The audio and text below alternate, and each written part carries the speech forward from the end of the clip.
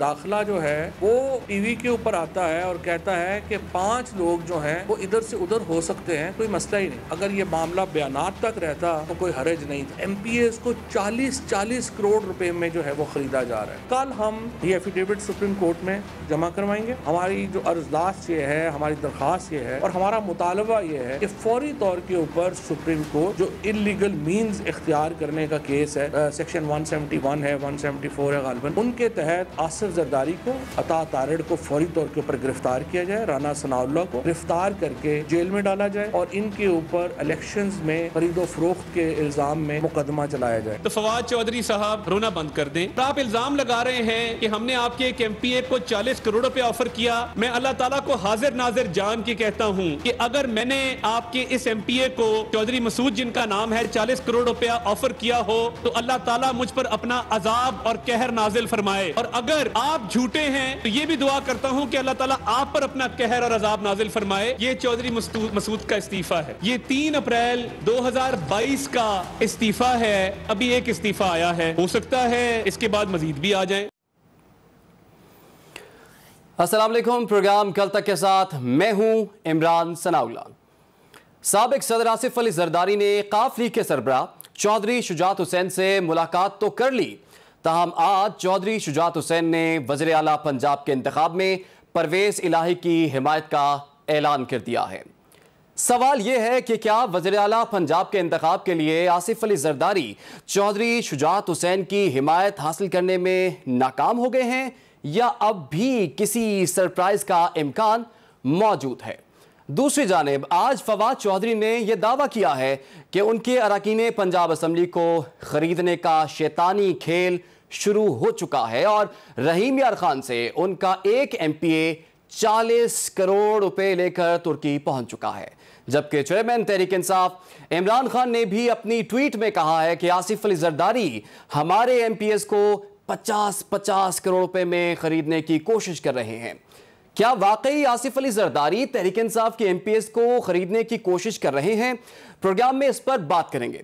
दूसरी जानिब नून लीग के रहनुमा और वज़ीर दाखिला पंजाब अताउल्लाह तारड़ ने तहरीक इंसाफ के एमपीएस को खरीदने के तमाम इल्जामात को यकसर मुस्तरद कर दिया और इल्जाम किया कि चौधरी परवेज़ इलाही ने नून लीग के एमपीए इलियास सनियोटी को उस वक्त 10 करोड़ रुपए रिश्वत की ऑफर दी जब वो फरीज़ा हज की अदायगी कर रहे थे।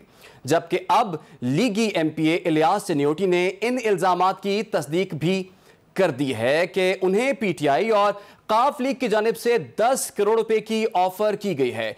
जैसे जैसे 22 जुलाई करीब आ रही है, सियासी जमातों के एक दूसरे पर इल्जामात में भी तेजी आती जा रही है। सवाल यह है कि कौन सच बोल रहा है और कौन झूठ बोल रहा है। इन्हीं मौज़ूआत पर आज बात करेंगे। प्रोग्राम के आगाज में ही हमें ज्वाइन कर लिया है पाकिस्तान तहरीक इंसाफ के रहनुमा शाह महमूद कुरैशी साहब ने। गुफ्तगू का आगाज उन्हीं से कर लेते हैं और उसके बाद दीगर मेहमानों को भी इस गुफ्तगू में शामिल करेंगे। शाह साहब, सबसे पहले तो आपके वक्त का बहुत शुक्रिया। शाह साहब, क्या वाकई खरीदो फरोख्त की मंडी लगी हुई है? और अगर ये हमजा शहबाज या परवेज़ इलाही इनमें से कोई एक वज़ीर आला इस माहौल में बन भी जाता है तो क्या मुल्क में इस्तेहकाम आ जाएगा? अब देखिए, पहली बात तो है कि मंडी तो लगी है और आसिफ अली जरदारी जहां होंगे वहां मंडी लगेगी। ये तो लाजिम और मलजूम है। दो चीजें, उनका लाहौर में बैठने का मकसद क्या है? उनका यही कोशिश है कि वो इंतखाबात को मुतासर करे और जो अवाम का मैंडेट है उसके बरक्स वो नताइज हासिल करे। नंबर 1। नंबर 2, हम पहले दिन से कह रहे हैं कि मुस्तकिल हल नए इंतखाबात है, शफाफ नए इंतखाबात। ये जो इस वक्त खींचातानी चल रही है, ये हुकूमत जो आई हुई है, ये जो जिसे कहते हैं ना एक अरेंजमेंट जो है, मुख्तलिफ जमातों को जमा करके एक अरेंजमेंट जो किया गया है, ये गैर फिक्री है, ये देर पार नहीं है। इससे मुल्क को नुकसान हो रहा है। आप देख रहे हैं कि मईशत पूरी तरह मुतासिर हुई है, स्टॉक मार्केट में बहरान है, आपका जो रुपया है उसकी कदर मुसलसल गिर रही है, 224 का डॉलर हो चुका है और उसका नतीजा जो महंगाई का एक नया तूफान बर्पा होने वाला है वो लोगों के सामने आएगा। हुकूमत वक्त को जरा भी एहसास नहीं है और वो खरीदो फरोख्त में और जोड़ तोड़ में लगे हुए हैं। लेकिन शाह साहब, ये इल्जाम तो आप पे भी लग रहा है, इस पर आप क्या कहेंगे? मैं इसका जवाब देता हूँ। बात ये है, मैं बरमला कह रहा हूँ आपके प्रोग्राम में, जो जिस पार्टी से है, जिसका जो मैंडेट है, उसको वहीं खड़ा रहना चाहिए। ये बिल्कुल गलत बात होगी कोई तहरीक इंसाफ का बंदा अपनी सफे छोड़कर और अपनी पार्टी के मैंडेट के बरक्स जाए, और मैं नहीं चाहूंगा कि कोई नून का बंदा भी अपनी वफादारियां तब्दील करे। हाँ, अगर किसी को इख्तलाफ है उसको ये हक जरूर पहुंचता है कि वो अपनी पार्टी से अलहदगी अख्तियार करे, मुस्तफी हो जाए और नए इलेक्शन के जरिए वापस आ जाए। ऐसी रिवायात मौजूद हैं। जब मेरा पीपल्स पार्टी से इख्तलाफ हुआ, मैंने वफादारी तब्दील नहीं की, मैंने इस्तीफा दिया था, वजारत खारजा से इस्तीफा दिया था और कौमी असेंबली की सीट से इस्तीफा दिया था। यह सबको हक है, अगर वो समझते हैं वो इस्तीफा दे सकता है। लेकिन ये खरीदो फरोख्त, ये मंडी, और देखिए सुप्रीम कोर्ट ने वाज़ेह हिदायत दी थी, दोनों उम्मीदवारों को बुलाया था, जिसमें हमजा शहबाज भी थे और चौधरी परवेज राय भी थे, और उनसे ये तवक्को की थी कि इस प्रोसेस को वो मंतकी अंजाम तक पहुंचाएंगे शफाफ तरीके से, आइन और कानून के मुताबिक। अब ये जो खरीदो फरोख्त जो कर रहे हैं आसिफ अली जरदारी, ये सुप्रीम कोर्ट के हिदायत के बरक्स कर रहे हैं, ये कंटेम्प्ट कर रहे हैं। शाह साहब, बड़ा अहम आपने नुक्ता उठाया है, लेकिन हमने देखा कि जिन लोगों ने अपनी पार्टी के खिलाफ वोट किया उनका वोट तो काउंट नहीं हुआ, लेकिन अगर अब अरकान जो हैं जिनका ताल्लुक पाकिस्तान तहरीक इंसाफ से है, 22 जुलाई को अगर वो चंद गैर हाजिर होते हैं और चंद एक के इस्तीफे आ जाते हैं, तो जिनके इस्तीफे आए हैं इसको कैसे रोका जा सकता है? उसका इम्पैक्ट तो पड़ जाएगा इंतखाबात पर। देखिए, बिल्कुल, लेकिन अभी तक तो हमें इस्तीफा कोई मौसूल नहीं हुआ। अगर किसी मेंबर ने इस्तीफा देना होता है, वो इस्तीफा कहाँ देते हैं? वो इस्तीफा देते हैं स्पीकर को। जो तरीकाकार है उसका भी तरीकाकार वजह है कि तरीका इस्तीफा का कैसे है, वो कैसे लिखना चाहिए, वो किसको एड्रेस होना चाहिए, अपने हाथ से होना चाहिए, ये सब चीजें आपके सामने हैं, बारहा डिस्कस हो चुकी हैं। अगर कोई कह रहा है कि वो मुस्तफी हुआ है तो वो अपना इस्तीफा जो है वो असेंबली में खड़े होकर पेश कर दे, स्पीकर को पेश कर दे, और जो तरीकाकार है उसके ज़ाब्ते के मुताबिक पेश कर दे। दूध का दूध पानी का पानी हो जाएगा। इसमें क्या सराई की क्या बात है? आप इस्तीफा पेश करके मुल्क से बाहर क्यों चले जाएंगे? आपने इस्तीफा दिया है तो एक असूली मौक़िफ़ अख्तियार किया है, उस मौक़िफ़ का दिफा कीजिए, असेंबली में कीजिए, बाहर कीजिए, मीडिया के सामने कीजिए। तो शाह साहब, अब जैसा कि आपने जिक्र भी कर दिया कि एक एमपी का जिक्र भी किया जो कि फवाद चौधरी साहब ने कहा है कि वो 40 करोड़ रुपए लेकर तुर्की चले गए हैं, तो आपको क्या लगता है कि 22 जुलाई को पाकिस्तान तहरीक इंसाफ अभी हाल ही में जो ज़िमनी इंतखाबात में शानदार कामयाबी मिली है, उसके बाद ये कामयाबी का मज़ा बाकायदा रहेगा या फिर दोबारा से एहतजाज की सियासत, जैसे कि आज भी हम देख रहे हैं लिबर्टी चौक में भी पाकिस्तान तहरीक इंसाफ एक एहतजाज कर रही है इस पर? देखिए, हम एहतजाज कर रहे हैं उस सोच के खिलाफ जो इस वक्त पंजाब पर मुसल्लत है, जो आके यहाँ खरीदो फरोख्त कर रही है।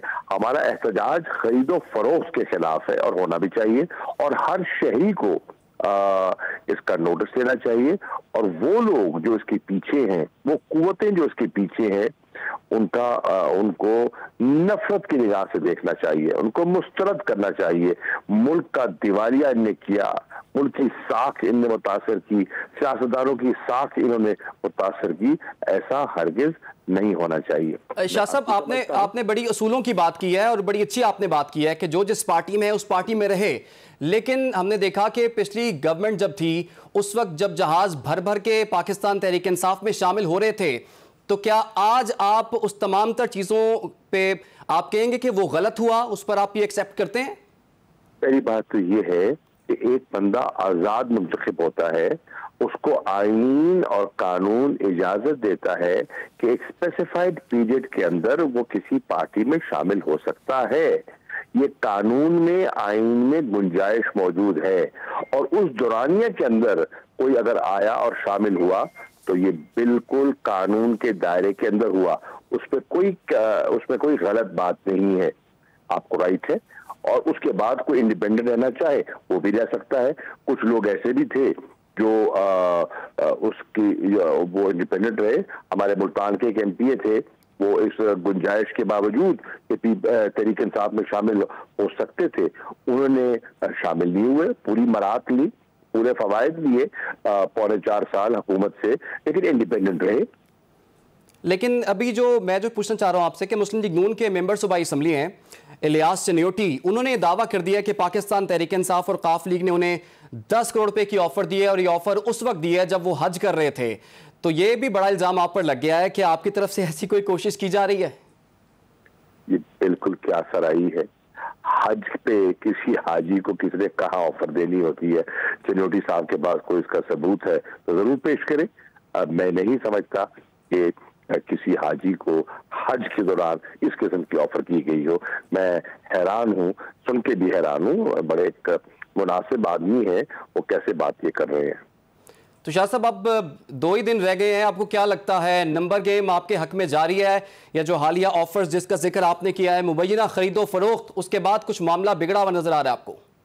देखिए, बिगाड़ने की कोशिश यकीनन हो रही है, खरीदो फरोख्त की कोशिश जारी है, लेकिन मेरी अपनी राय में इंशाअल्लाह मेंबरान जो असेंबली हैं वो अपने कदमों पे कायम रहेंगे, वो अपनी जगह पे रहेंगे।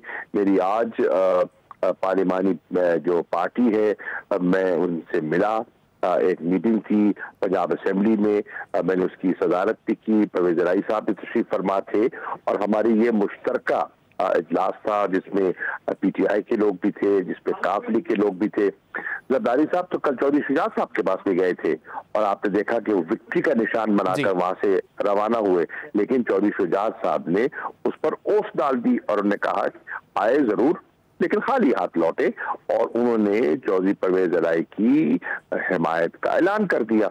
तो वो जो उनकी चाल थी, जो कोशिश थी कि काफ लीग के अंदर दरार डाली जाए और चौधरी खानदान को तकसीम किया जाए, इनकी आदत है खानदानों को तकसीम करने की, ये कोई नई बात नहीं है। ये हर घर में लड़ाई पैदा करने की महारत रखते हैं, इन्होंने किया है, घरों को फाड़ा है, भाइयों को जुदा किया है, ये इनका शेवा है। तो इन्होंने करने की कोशिश की लेकिन नाकाम लौटे। तो शाह साहब, सिर्फ आखिर में जाते जाते ये बता दीजिए कि अगर वज़ीर आला चौधरी परवेज इलाही बन जाते हैं तो स्पीकर पंजाब असम्बली के लिए क्या पाकिस्तान तहरीक इंसाफ अपना कैंडिडेट देगी? क्या कोई वर्किंग फार्मूला तय हो गया आपका? देखिए, इसका फैसला इमरान खान साहब करेंगे, लेकिन मंतकी बात यही है, मंतकी बात कि स्पीकर पंजाब असेंबली तहरीक इंसाफ का होना चाहिए, और मंतकी बात यही है, और माजी में रिवायत भी ये रही है कि अगर चीफ मिनिस्टर शुमाल से हुआ तो स्पीकर जो है वो जनूब से होता है। तो मैं समझता हूं कि जो और आपका इशारा आपके जो साहबजादे ज़ैन कुरैशी की तरफ तो नहीं है कहीं? नहीं, ये फैसला इमरान खान का इख्तियार है, वो पार्टी के चेयरमैन हैं, वो जिसको नामजद करेंगे पार्टी उन्हें कबूल करेगी। ठीक है, बहुत शुक्रिया आपका शाह कुरैशी साहब, पाकिस्तान तहरीक इंसाफ के रहनुमा, जो कि बात कर रहे थे इल्ज़ामात दोनों तरफ से आयद किए जा रहे हैं। देखना होगा कि सच कौन कह रहा है, झूठ कौन बोल रहा है। गुफ्तगू के सिलसिले को आगे बढ़ाएंगे, कुछ मजीद मेहमानों को भी इस डिस्कशन में शामिल करते हैं। फिलहाल यहाँ पर वक्त एक ब्रेक का, आप हमारे साथ रहिए।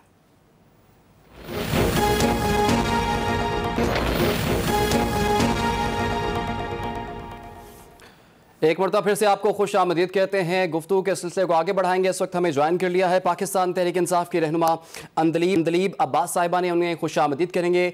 इसके साथ साथ हमें मुस्लिम लीग नून से ज्वाइन किया है निहाल हाशमी साहब ने, उनको भी वेलकम करेंगे।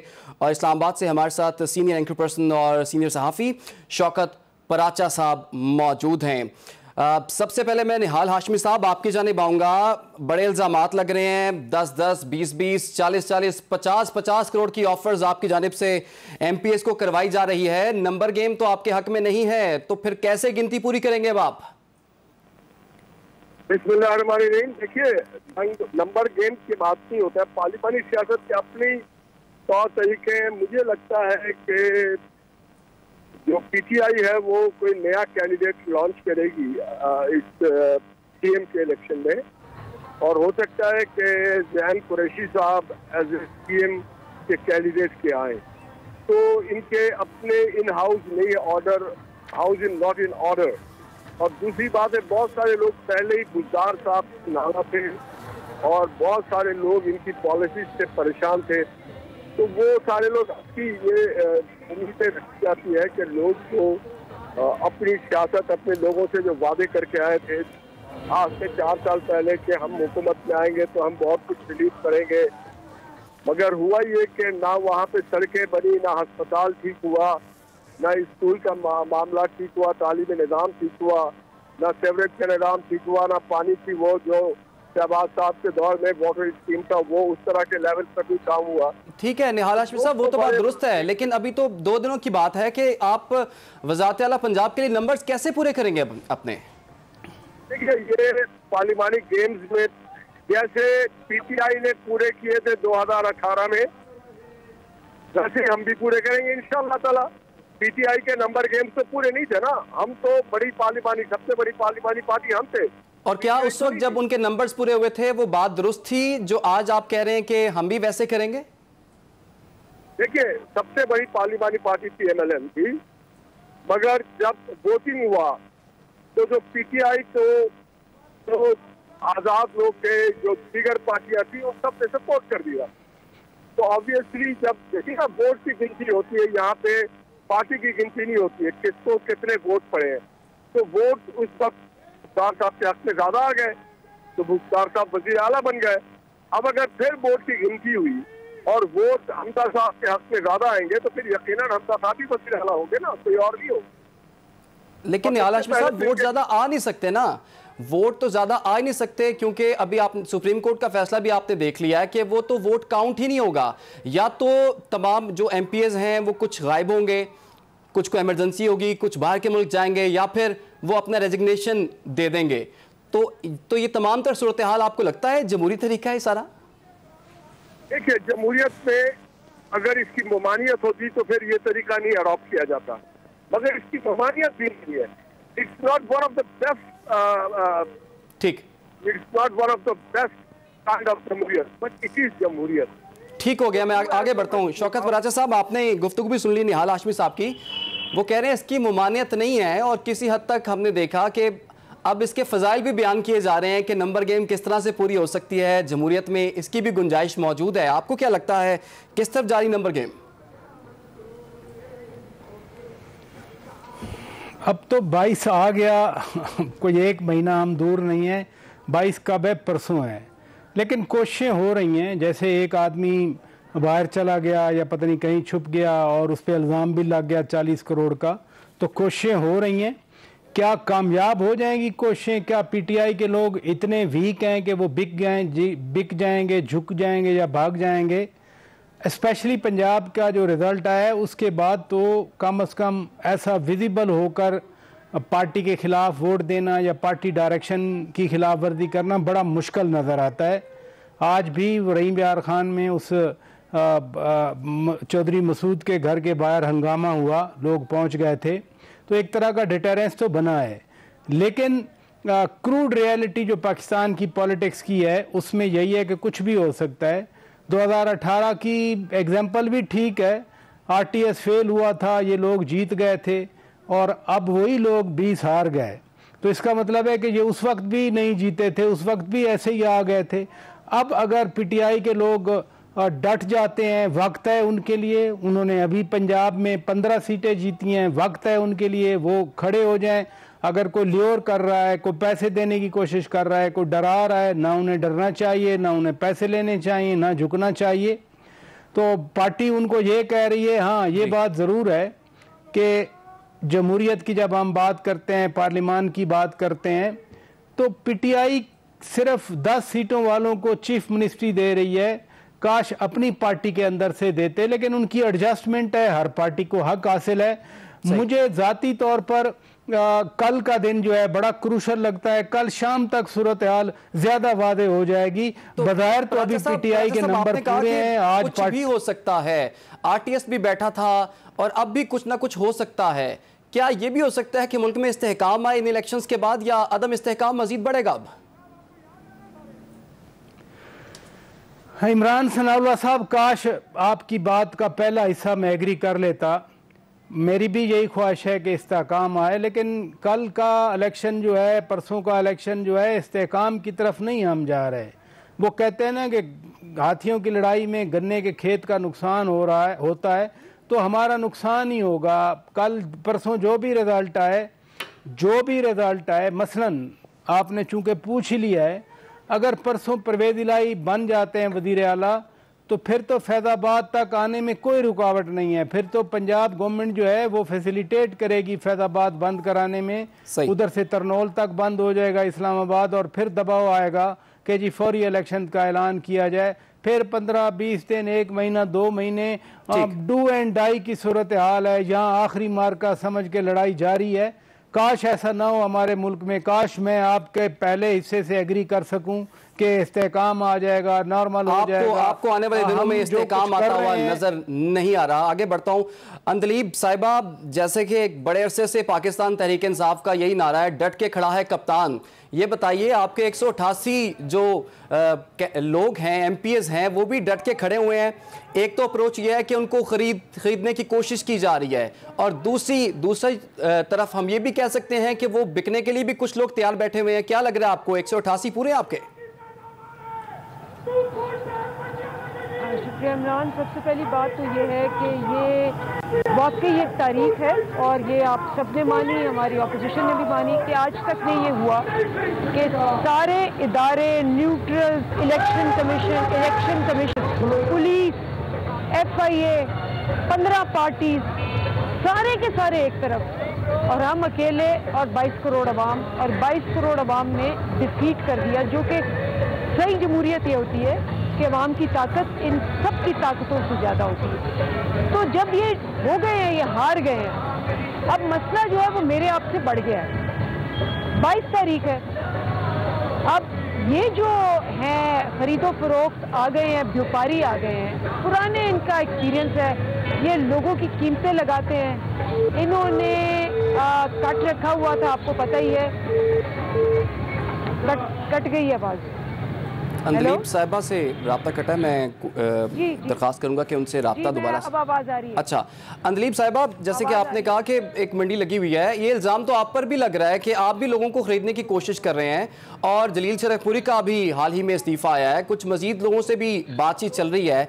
अगर ये चीज़ आपके लिए ठीक नहीं है तो किसी और के लिए भी ठीक कैसे हो सकती है? देखिए ना, लॉजिक देखिए, हमारी 15 सीटें हैं, इनकी 5। हमें खरीदने की जरूरत है या इनको? नंबर 1। नंबर 2, तारीख देखें, छांगा मांगा किसने शुरू किया? नवाज शरीफ। सिंध हाउस में जो कुछ आपने नेशनल असेंबली में देखा, जरदारी साहब ने किया, और पुराने व्यापारी हैं ये जमीरों के, ये तो आई पैसे के जोर से। और पैसा किसका होता है? लूट का, अवाम का पैसा लूटते हैं। मिस्टर 10% आपको पता है, जरदारी साहब को सारी दुनिया ने ठप्पा लगाया, फिर बाद में उनका रेट बढ़ गया। 25% वो लेते हैं सिंध गवर्नमेंट से सारे प्रोजेक्ट्स का। अगर 4000 अरब रुपया है सिंध का बजट, तो 1000 अरब तो वो वहाँ से ले लेते हैं। उनके लिए कुछ अरब लगाना सेनेट में, इन इलेक्शंस में कोई बात नहीं है। वो लाहौर आए हुए हैं, वो बोलियां लगा रहे हैं। अंदलीब साहिबा, मैं थोड़ा सा और आसान कर देता हूँ सवाल आपके लिए। आप सिर्फ ये बता दीजिए कि 188 में से कितने अब आपके पास रह गए हैं लोग, कितने कम हुए हैं, ये बता दें। कुछ इन्फॉर्मेशन आपके पास है, क्योंकि आप लोग प्रोटेस्ट कर रहे हैं और कुछ लग रहा है कि काम बिगड़ा हुआ है, आपके कुछ लोग कम हो सकते हैं परसों। देखिए, हम तो अब सुन ले मेरी बात, क्योंकि आपने उनकी बात, उनको बहुत टाइम दिया और बहुत अच्छी तरह सुना है, मुझे भी अच्छी तरह सुना है। जी जी। अब मसला ये है कि ये जो अवाम है, जिसने तमाम ताकतें जो इकट्ठी थी उनको हरा दिया है। मैं बैठी हूँ लिबर्टी में, मैं बाद में उठूंगी, अवाम पहले उठेगी। सारे के सारे इस वक्त कह रहे हैं कि जी 22 तारीख को हमारे वोट पे डाका पड़ेगा, चाहे वो लोटा है और वो इनका वोट लेके कहीं भाग रहा है, वो कह रहे हैं जी आप सियासतदान तो जो करें ना करें, क्योंकि आप कहते हैं जी घसीट के हम पेट निकाल के इधर उधर कर देंगे। इस दफा हमने इन सबको घसीट के इनका जो हशर करना है, आपने देखा क्या हुआ एहसन इकबाल के साथ।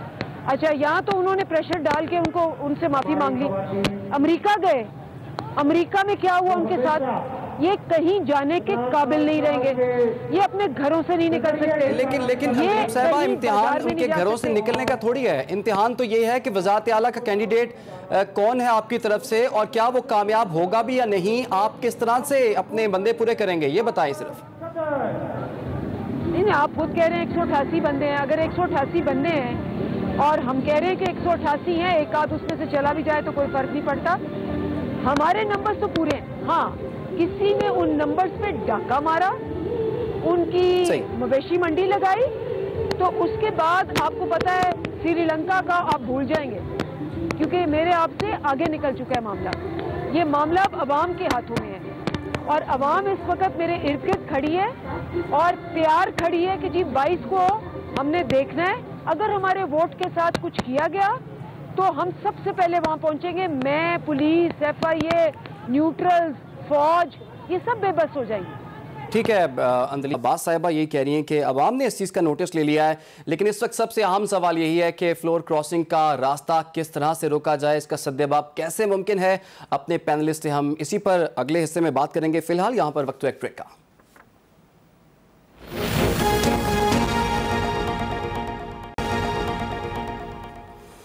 एक मरतबा फिर से आपको खुश आमदीद कहते हैं। शौकत पराचा साहब, जैसे ब्रेक में जाने से पहले हम बात कर रहे थे फ्लोर क्रॉसिंग को कैसे रोका जा सकता है। हम देख रहे हैं रोज़ नए नए तरीके इसके ईजाद किए जा रहे हैं, किस तरह से इसे मुमकिन बनाया जाए, इसके फ़ज़ाइल बयान किए जा रहे हैं। आपको लगता है कि इसको भी रोका जा सकता है किसी तौर पर? मुझे याद है 95, 96 में या 97 में, उस वक्त 97 वाले इलेक्शन के बाद शायद मियाँ मोहम्मद नवाज शरीफ वज़ीर आज़म थे, तो बाकायदा एक क्लॉज डाली गई थी, कानून बनाया गया था, एंटी डिफेक्शन लॉ। और उस वक्त मरहूम नवाबजादा नसरुल्लाह खान जिंदा थे, तो वो सुप्रीम कोर्ट में चले गए थे इसी एंटी डिफेक्शन क्लॉज के ख़िलाफ़, और सुप्रीम कोर्ट ने उसको ख़त्म भी कर दिया था। यानी आज आप कह रहे हैं कि फ्लोर क्रॉसिंग कैसे रोकी जाए, उस वक्त फ्लोर क्रॉसिंग की इजाज़त दे दी गई थी। तो वक्त के साथ ये जो ज़रूरत पड़ती है, प्रिंसिपल की बुनियाद पर हमारी सियासत कहाँ होती है। हम कोई असूलों की बुनियाद पर सियासत करते हैं। अगर असूल ही हैं तो फिर जलील शरखपुरी को इलेक्शन से एक रात पहले क्यों अपने फिर धक्का देते ना, कि अभी एक साहब फरमा रहे थे कि जो जिसका वोट है उसी के पास रहना चाहिए, तो जलील शरखपुरी को धक्का देते, उसको निकालते अपने पास से कि जाओ तुम जिस पार्टी के इलेक्शन टिकट पे इलेक्शन लड़ के आओ वापस चले जाओ, या वो रिज़ाइन कर जाते। तो असूल शसूल आप भी जानते हैं, मैं भी जानता हूँ, सब जानते हैं, मैं और आप थोड़ी जानते हैं, सब जानते हैं। लिहाजा तो प्राचा साहब, इस सब के बाद आपको लगता है ये सिस्टम चलेगा? फिर अगर हमजा भी बन जाते हैं वज़ीर आला, क्या ये सिस्टम चलेगा? और अगर परवेज इलाही बन जाते हैं तो क्या ये सिस्टम चलता हुआ नजर आ रहा है आपको? फिर इन इधर केस हम लड़ाई में हैं, हम हालत जंग में हैं। आप क्यों नहीं समझ रहे मेरी बात? हम डू एंड डाई की सूरत हाल में हैं। हम आखिरी मार्का समझकर इस मुल्क को बर्बाद करने पे तुले हुए हैं। आपको मेरी बात समझ नहीं आ रही? यानी दो कैंप्स में लड़ाई है, दो ग्रुपों में लड़ाई है, उसका खमियाजा पूरा मुल्क भुगत रहा है। डॉलर कहाँ चला गया है, महंगाई कहाँ। किसी ने सोचा है कभी ये जो लड़ रहे हैं सारे आपस में कि टमाटर कितने पैसे में मिल रहा है, कुकिंग ऑयल कितने पैसे में मिल रहा है, चीनी कितने पैसे में मिल रही है, गोश्त मिल रहा है या नहीं मिल रहा, चावल कहाँ चला गया? जो चावल 100 रुपए में मिलता था अभी 290 रुपए मिल रहा है। कोई सोचता है इस बारे में? करोड़ों दे रहे हैं तो वो भी आपस में बांट रहे हैं ना। अगर किसी को 40 करोड़ फर्ज किया, आज मिल भी गए हैं, तो वो भी तो एक बड़ा आदमी है और देने वाला भी बड़ा आदमी है। ये आपके ऑफिस के बाहर, आप पारा के बाहर, अभी मैं आ रहा था, बहुत सारे लोग मुझे मिले जिन्हें शायद खाना भी ना मिला हो। तो प्राचा साहब, सबका जिम्मेदार फिर कौन है? आज बता ही दें, फिर सबका जिम्मेदार है कौन? जिम्मेदार ये सब लोग हैं जो माशाल्लाह तकरीरें करते हैं, जो नारे मारते हैं, जो मुल्क को आगे लेकर जाने की बजाय पीछे लेके खड़ा कर देते हैं। देखिए ना, इसी मुल्क में हमारा मुल्क चलता भी है, फिर रुक क्यों जाता है? आप और मेरी वजह से थोड़ा रुक जाता है। कह तो रहा हूं कि लड़ाई हो रही है, कह रहा हूं 2 कैंप लड़ रहे हैं आपस में, कह रहा हूं हर कैंप कहता है कि मैं हक पे हूं, दूसरा ना हक पर है। आपस की लड़ाई में हाथी लड़ रहे हैं और गन्ने का आपसी लड़ाई में नुकसान जो है वो आवाम का हो रहा है। अंदलीब अब्बास साहिबा, पहले भी जब तक आपकी गवर्नमेंट चलती रही तब तक भी लड़ाई झगड़ा ही था, सियासी तौर पर अदम इस्तेहकाम ही रहा है। जब आपकी गवर्नमेंट चली गई तब भी कुछ यही सूरत हाल है। आखिर सियासतदान एक टेबल पर बैठ क्यों नहीं जाते इस अवाम के लिए? देखिए, दो चीज़ें आप सोच लें कि सबको पता है कि हमारी हुकूमत जो थी हिस्टोरिकल ग्रोथ की 2 साल कभी पाकिस्तान की हिस्ट्री में नहीं थी। इसी IMF ने कहा कि सस्टेनेबल ग्रोथ हो गई है। क्यों? क्योंकि एक्सपोर्ट्स बढ़ गए। जो पिछली ग्रोथ होती थी उसमें एक्सपोर्ट कम होती थी। PMLN ने जो थी 25 बिलियन डॉलर से 20 बिलियन डॉलर कर दिया, बड़ी मुश्किलों से फिर 24 बिलियन डॉलर की। तो वो ग्रोथ सस्टेनेबल नहीं। हमारी एक्सपोर्ट्स बढ़ी 30%, हमारा टैक्स रेवेन्यू बढ़ा 28%, हमारी लार्ज स्केल मैन्युफैक्चरिंग बढ़ी, इंडस्ट्री बढ़ी 11%। हम ग्रो कर रहे थे। उसके बाद इन सब ने मिल के जबरदस्ती 15 पार्टियों ने मिलके जब आपको उतारा, तो हम तो न्यूट्रल्स को कह के आए थे कि अगर कुछ ऐसा हुआ तो बड़ी मुश्किलों से कोरोना से इकॉनमी निकली है। इन्हीं का अपना गवर्नर जो अब लगाया हुआ है, उसने कहा कि बेहतरीन मईशत थी दुनिया के अंदर कोरोना में पाकिस्तान की, तो इन्होंने हटाया। अब ये कहते हैं कि जी हम 15 जो है वो बेड़ा गर्क करें, क्योंकि ये कहते थे बड़े तजर्बाकार हैं। तो अंदलीब अब्बास साहिबा, आप अपनी गवर्नमेंट बचा क्यों नहीं सके? आपने तो इतने अच्छे काम किए थे। क्योंकि डाका पड़ा, आपको भी पता है कैसे डाका पड़ा। ये कोई हम तो कहते हैं इलेक्शन में जाएं। इन्होंने क्या किया? इन्होंने न्यूट्रल्स के साथ मिलके, इदारों के साथ मिलके इन्होंने मवेशी मंडी लगाई। सिंध गवर्नमेंट ने जाके सिंध हाउस जो था इस्लामाबाद में, आप सारे गवाह हैं कि वहाँ क्या हुआ। ठीक है, अब दोबारा जमीन फरोशी करें। मैं कहती हूँ कोई शर्म नहीं आती इनको, कोई हया नहीं है इनको। और मैं हैरान हूँ कि अभी भी लोग इनको कहते हैं कि ये पाकिस्तान के सबसे बड़े डाकू हैं। जब आप जमीन फरोशी करते हैं और जमीन खरीदते हैं। अच्छा अंदलीब अब्बास साहिबा, पाकिस्तान तहरीक इंसाफ का यही नारा है कि आम इंतखाबात जल्द अज जल्द कॉल किए जाएं। परवेज इलाही साहब, अगर वज़ीर आला पंजाब बन जाते हैं, आप पंजाब असम्बली तहलील कर देंगे? KP असम्बली तहलील कर देंगे? देखिए जी, परवेज इलाही साहब ने बयान दिया है कि मुझे आज के मैं 2 मिनट में कर दूंगा। और हम बिल्कुल सबसे पहले हमारा मुतालबा ही है। देखिए क्या रह गया है शहबाज शरीफ, CDA का ठीक हो गया। अंदलीब अब्बास साहिबा, मुझे यहाँ पे एक छोटी सी ब्रेक के बाद हम वापस आएंगे तो निहाल हाशमी साहब से ये पूछेंगे कि मुस्लिम लीग नून और इत्तेहादी हुकूमत ने आके तो आवाम को रिलीफ देना था, आज डॉलर फिर 4 रुपये महंगा हो गया है, कल 6 रुपये से ज़ायद उसकी कीमत जो है वो बढ़ गई थी। आखिर ये मुल्क में हो क्या रहा है, ये जानेंगे एक ब्रेक के बाद। Welcome back. निहाल हाशमी साहब, ब्रेक में जाने से पहले हम बात कर रहे थे कि इस गवर्नमेंट ने तो आवाम को रिलीफ देना था, डॉलर नीचे लेकर आना था, आप तो बहुत ऊपर ले गए हैं। इस मुल्क के साथ क्या कर दिया आपने? मुआशी तौर पर बहुत पीछे चले गए आप। देखिए जी, मईशत में ऊपर नीचे होता रहता है। आपने जो बीज बोया है उसके फल आपने, अगर आपने गुलाब के बीज बोए तो गुलाब का फूल निकलेगा, अगर बबूल के कांटे बोए तो बबूल के पेड़ निकलेगा। PTI की गवर्नमेंट ने बबूल के पेड़ लगाए थे और आज बबूल के कांटे निकल के आ रहे हैं, जो पाकिस्तान की मईशत को, पाकिस्तान की मईशत आप अगर देखें, मुआवजा कर रहा हूँ तो 2013 से 2018 के दरमियान जब नवाज शरीफ साहब तशरीफ लाए थे तो पेट्रोल बहुत महंगा था, डॉलर भी बहुत में थी। तो निहाल हाशमी साहब, आपने कहा कि कांटे बिछाए गए थे, तो अब आप फूल लगाएं ना, ताकि आवाम को भी फूल ही नजर आए और फूल मिले। फिर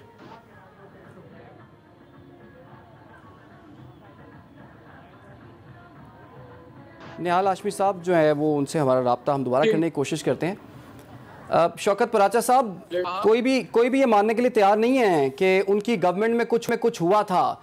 क्या इतनी अखलाकी जुर्रत किसी भी साबिका सियासी हुकूमतों में नहीं है कि वो खुले दिल से तस्लीम करें कि हमसे ये गलतियां हो गई थी? ये बड़ी आइडियल बात आपने की, और बेशक जब हम जुम्मे की बात करें, जमहूरी रवायात की बात करें तो वो रवैये होते हैं, और जमहूरियत में यही रवैये होते हैं कि अगर गलती है तो उसका एतराफ़ करना चाहिए।